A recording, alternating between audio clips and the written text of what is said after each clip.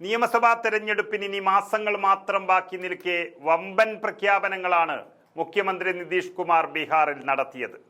എന്നാൽ അതെല്ലാം പൊള്ളയാണെന്ന് സഖ്യകക്ഷിയായ BJP-യുടെ നേതാവ് തന്നെ തുറന്നു പറഞ്ഞിരിക്കുന്നു. ഓഗസ്റ്റ് 1 മുതൽ സംസ്ഥാനത്തെ മുഴുവൻ ഗാർഹിക ഉപയോക്താക്കൾക്കും 125 യൂണിറ്റ് വൈദ്യുതി സൗജന്യമായി നൽകുമെന്നാണ് പ്രധാന പ്രഖ്യാപനമുണ്ടായത്.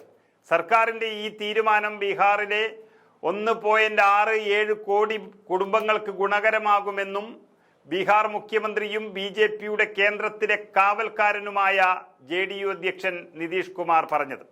എന്നാൽ ബീഹാർ മുഖ്യമന്ത്രി സൗജന്യ വൈദ്യുതി പ്രഖ്യാപനം നടത്തിയതിനെ വളരെ രൂക്ഷമായി പരിഹസിച്ചുകൊണ്ടാണ് തൊട്ടടുത്ത ഉത്തർപ്രദേശ് സംസ്ഥാനത്തെ ഊർജ നഗരവികസന മന്ത്രി അരവിന്ദ് കുമാർ ശർമ്മ സംസാരിച്ചത്.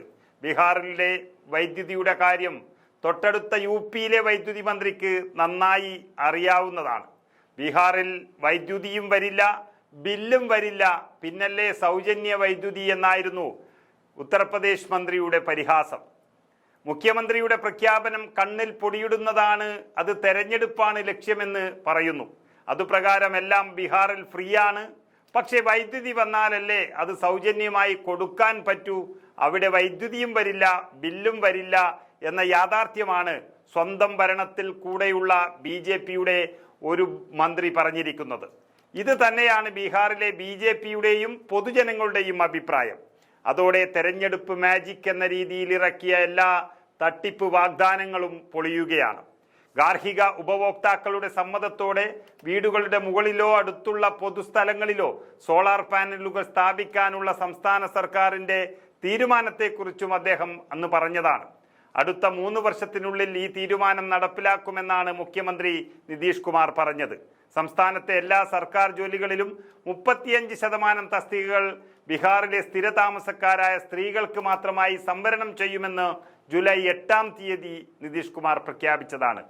എന്നാൽ ഇതിനെയെല്ലാം BJP തന്നെ തള്ളിക്കളഞ്ഞതോടെ പ്രതിപക്ഷമായ ഇന്ത്യ സഖ്യത്തിന് കാര്യങ്ങൾ എളുപ്പമായി.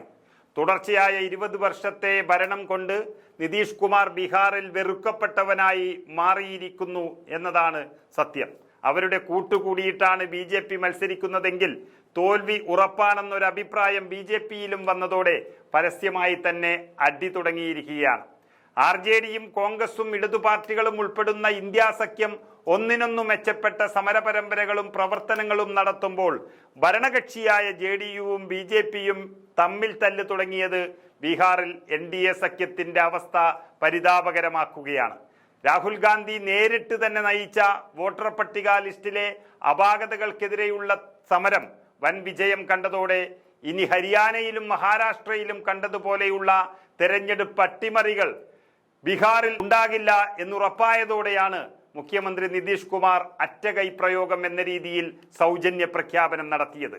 എന്നാൽ ഗുണമുണ്ടായില്ലെന്നു മാത്രമല്ല, സഖ്യകക്ഷികൾ തമ്മിൽ തല്ലും തുടങ്ങിയതോടെ ബീഹാറിലെ NDA പ്രതീക്ഷകൾ അസ്തമിക്കാൻ തുടങ്ങിയിരിക്കുന്നു എന്ന് തന്നെ പറയാം.